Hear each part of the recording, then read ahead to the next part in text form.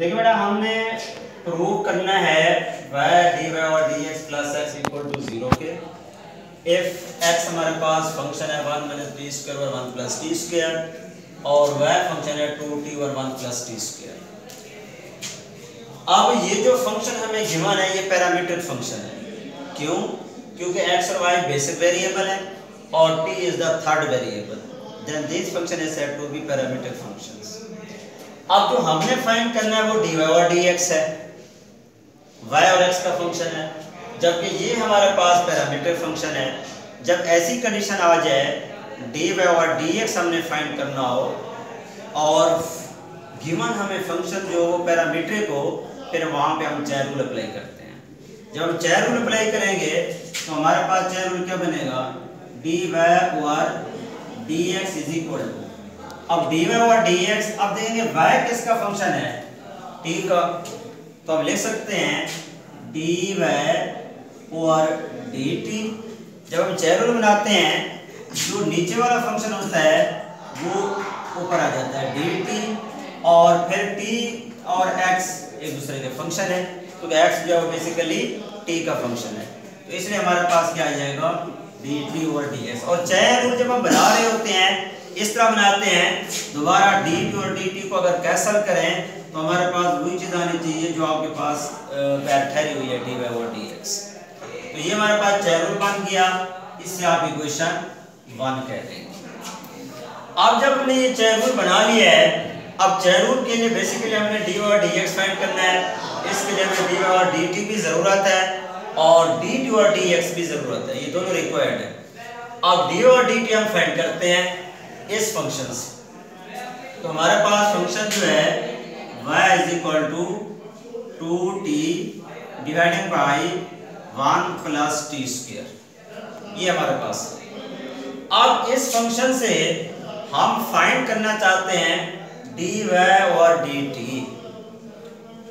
तो यहां से हम dy और dt फाइंड करते हैं। t हमारे पास क्या है, एज अ डिफरेंशिएबल, ये डिफरेंशिएट जो हम इस फंक्शन को डिफरेंशिएट कर रहे हैं वो विद रिस्पेक्ट टू t कर रहे हैं इस फंक्शन को। क्यों? क्योंकि हमने dy और dt फाइंड करना है, तो इसको मतलब t के लिहाज से इसको डिफरेंशिएट करेंगे। जब आप t के लिहाज से डिफरेंशिएट करेंगे तो हमारे पास आ जाएगा dy और dt इज इक्वल टू, जब आपको पता है कि आप किसी भी फंक्शन का डेरिवेटिव ले रहे हैं, अगर वो फंक्शन बाई में है तो उस पे हम कोशेन रूल अप्लाई करते हैं, क्योंकि ये डिवीजन में है, बाई में है, तो कोशेन रूल अप्लाई होगा। कोशेन रूल जैसा कि आप पढ़ रहे हैं हमारे पास क्या होता है, नीचे वाली टर्म का स्क्वायर और नीचे वाली टर्म को हम लीव करेंगे और ऊपर वाली का लेंगे डेरिवेटिव।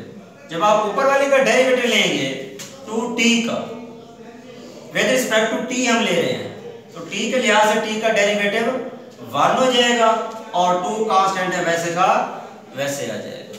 दरमियान में माइनस, कोशेन रूल में क्योंकि दरमियान में माइनस होता है, अब हम ऊपर वाली टर्म को लीव कर देंगे और नीचे वाली टर्म का लेंगे डेरिवेटिव। जब नीचे वाली टर्म का डेरिवेटिव लेंगे 1 कांस्टेंट है 0 हो जाएगा, टी स्क्वायर का जब डेरिवेटिव लेंगे टी के ऊपर पावर है तो पावर रूल अप्लाई होगा, पावर बैक चली आएगी, पावर में से कम हो जाएगा 2d हो जाएगा, फिर पावर के इधर पार्ट का टी का डेरिवेटिव लेंगे वो आगे 1 आ जाएगा। तो ये बेटा हमारे पास आ गया है dy और dt। अब इसको मजीद आगे सिंपलीफाई करते हैं, तो हम इसको लिख सकते हैं dy और dt इज इक्वल टू, अब देखिए इसमें हमारे पास 2 यहाँ भी है 2 यहाँ भी है, कॉमन ले लें, या अगर ऐसे सिंपलीफाई करना चाहते हैं आप ऐसे भी कर सकते हैं। 2 को 1 से मल्टीप्लाई करेंगे 2 को t स्क्वायर से मल्टीप्लाई करेंगे 2t स्क्वायर और माइनस 2 2s आर 4t स्क्वायर और divided by 1 plus t square और इस होल का स्क्वायर, ये हमारे पास आ जाएगा। और इसको मजीद सिंपलीफाई करते हैं dy और dt इज इक्वल टू, अब ये 2 वैसे आ गया -4t प्लस का 2t स्क्वायर, -2t स्क्वायर बच जाएगा, तो आप लिख सकते हैं -2t square divided by 1 plus T का स्क्वायर इज इक्वल टू 2 आप कॉमन ले लें, तो आप 2 कॉमन लेंगे 2 इंटू 1 माइनस टी स्क्वायर और divided by 1 plus T square और इस होल का स्क्वायर। तो ये हमारे पास dy और dt आ गया। अब इससे आप dy और dt की वैल्यू को ना आप इक्वेशन 2 कह दें आसानी के लिए कि जो dy और dt की वैल्यू हमने निकाली है 2 इंटू 1 माइनस टी स्क्वायर और 1 प्लस टी होल स्क्वायर और ये इक्वेशन नंबर 2। अब हम आते हैं, अब एक हिस्सा हमने फाइंड कर लिया है dy और dt। अब हम फाइंड करते हैं dt और dx। तो हमारे पास x वाला फंक्शन ये ठहरा हुआ है और इस फंक्शन से हम इसका डेरिवेटिव लेंगे और with respect to t, x का विद रिस्पेक्ट टू t के लिहाज से डिफरेंशिएट करेंगे। तो जब इसका डेरिवेटिव लेंगे हमारे पास आ जाएगा dx और dt इज इक्वल टू, इसके ऊपर दोबारा वही क्वेश्चन अप्लाई होगा क्योंकि डिवीजन में है तो क्वेश्चन अप्लाई करेंगे। जब क्वेश्चन अप्लाई करेंगे तो हमारे पास आ जाएगा 1 प्लस टी स्क्वायर और होल का स्क्वायर। अब क्वेश्चन रूल में क्या है कि नीचे वाली टर्म को लीव करेंगे 1 प्लस टी स्क्वायर और नोमिनेटर वाली टर्म का डेरिवेटिव लेंगे। जब नोमिनेटर वाली टर्म का डेरिवेटिव लेंगे तो 1 का डेरिवेटिव 0 हो जाएगा, माइनस टी स्क्वायर का माइनस 2t आ जाएगा। आगे दरमियान में माइनस होता है क्वेश्चन रूल में। अब ऊपर वाली नोमिनेटर वाली टर्म लीव करेंगे और डिनोमिनेटर वाली टर्म का डेरिवेटिव लेंगे। जब डिनोमिनेटर वाले टर्म का डेरिवेटिव लेंगे y वाली का 1 का 0 हो जाएगा और t स्क्वायर का दोबारा 2t आ जाएगा, t स्क्वायर का दोबारा 2t आ जाएगा। अब इसको सिंपलीफाई करते हैं, मैं इसको लिख सकता हूं dx और dt is equal to 2t यहां भी ठहरा हुआ है, 2t यहां भी ठहरा हुआ है, इन दोनों टर्मों में से 2t बाहर कॉमन ले लें। जब आप 2t बाहर कॉमन लेंगे यहाँ बच गया -1 को 1 से मल्टीप्लाई करेंगे -1 को t से मल्टीप्लाई करेंगे माइनस टी स्क्वायर और फिर यहाँ से 2t बाहर निकल गया।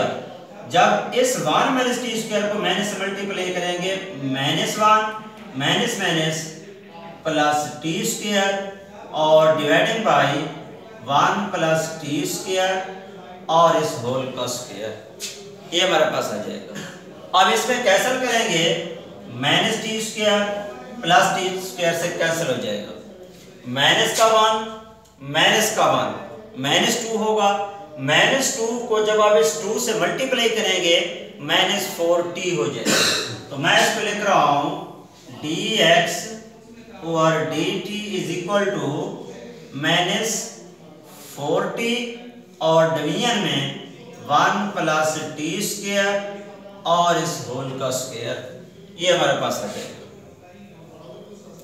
यहां तक पहुंचने के बाद अब देखिए बेटा हमारे पास जो चेन रूल हमने बनाया हुआ है, चेन रूल का फार्मूला, उसमें dt और dx, यहां हमारे पास आ रहा है dx और dt, तो रेसिप्रोकल कर देंगे। जब इसका रेसिप्रोकल करेंगे तो हमारे पास आ जाएगा dt और dx इज इक्वल टू, तो ये टर्म भी रेसिप्रोकल हो जाएगी जो कि हमारे पास आ जाएगी 1 प्लस टी स्क्वायर इस होल का स्क्वायर माइनस 4t। अब यही दोनों वैल्यूज इस फार्मूले में हम आके पुट करेंगे। जब इस फार्मूले में पुट करेंगे तो मैं लिख रहा हूं चैनल वाले में, इसको बेशक आप इक्वेशन 3 कह दें और इन दोनों वैल्यूज को, इक्वेशन 2 को भी और इक्वेशन 3 को भी, इन दोनों को हम इक्वेशन 1 में पुट कर रहे हैं। इक्वेशन 1 में पुट करेंगे तो हमारे पास आ जाएगा dy और dx इज इक्वल टू, अब dy और dt इसकी जगह पे ये dy और dt की वैल्यू पुट करेंगे जो हमने इक्वेशन 2 बनाई हुई है। तो मैं इसकी जगह पे लिख रहा हूं 2 into 1 minus t square over 1 plus t square इस होल का स्क्वायर डॉट आ गया dt और dx, इसकी वैल्यू हमने ये इक्वेशन 3 बनाई हुई है, तो ये पुट करेंगे इसकी जगह पे 1 प्लस टी स्क्वायर इस होल का स्क्वायर और डिवाइडेड बाई -4t, ये आपके पास आ जाएगा। अब इसको कट करेंगे 1 plus T square whole square 1 plus T square whole square आपस में कैंसिल हो जाएंगे। जब ये आपस में कैंसिल हो जाएंगे तो हमारे पास आ जाएगी dy और dx, और इसको हम इधर कर लेते हैं।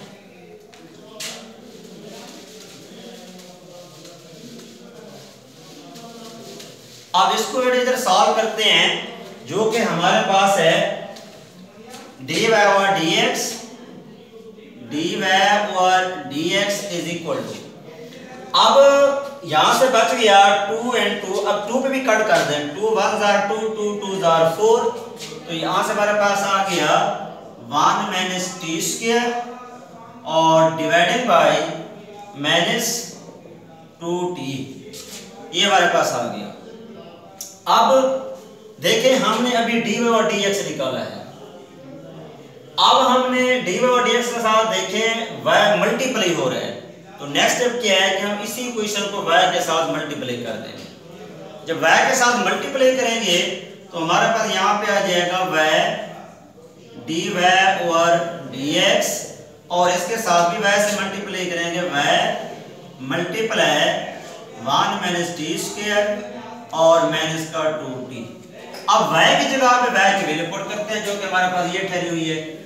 जब ये वैल्यू पुट करेंगे तो हमारे पास आ जाएगा y dy और dx is equal to, y की जगह पे लिख रहे हैं 2t dividing by 1 plus T square, और यहां से आ गया मल्टीप्लाई 1 माइनस टी स्क्वायर और माइनस 2t, ये आपके पास आ जाएगा। अब यहां से 2t से कैंसिल हो जाएगा, तो मैं इसको लिख रहा हूं 1 minus T square divided by 1 plus T square, और माइनस को हम इधर लिख सकते हैं साइड पे ऐसे 1 माइनस टी स्क्वायर और 1 प्लस टी स्क्वायर।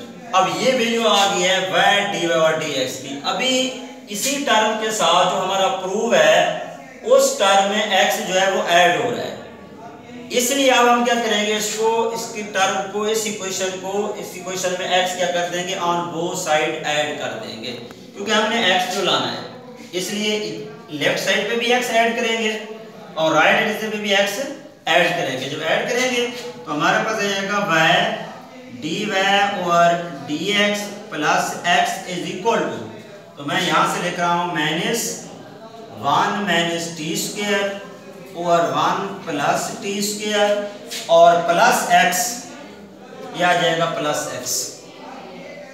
अब x की जगह पे, क्योंकि ये हिस्सा हमने प्रूव करना है लेफ्ट हिस्से में, लेफ्ट हैंड साइड में हमने ये टर्म, ये हिस्सा, ये पार्ट प्रूव करना है, इसलिए इस हिस्से को वैसे रहने देंगे। जो राइट हिस्सा है तो उसमें 0 हमने प्रूव करना है, तो इसलिए इसका मतलब है कि इस हिस्से में जो राइट वाला पार्ट है उधर x की जगह पे x की वैल्यू हम पुट कर देंगे। जब x की वैल्यू हम पुट करेंगे तो मैं इसको लिख रहा हूं इज इक्वल टू, ये वैसे माइनस 1 माइनस टी स्क्वायर और 1 प्लस टी स्क्वायर प्लस इस x की जगह पे मैं x की वैल्यू लिख रहा हूं, जो कि हमारे पास है 1 माइनस टी स्क्वायर और 1 प्लस टी स्क्वायर। अब देखिए बेटा, इसमें ये माइनस वाली टर्म है पूरी, ये प्लस वाली टर्म है, तो ये दोनों आपस में कैंसिल हो जाएंगी। तो हमारे पास आ गया y dy और dx plus x equal to 0 के, और यही हमने प्रूव करना था, और यही हमारे पास क्या आ गया है, प्रूव आ गया है।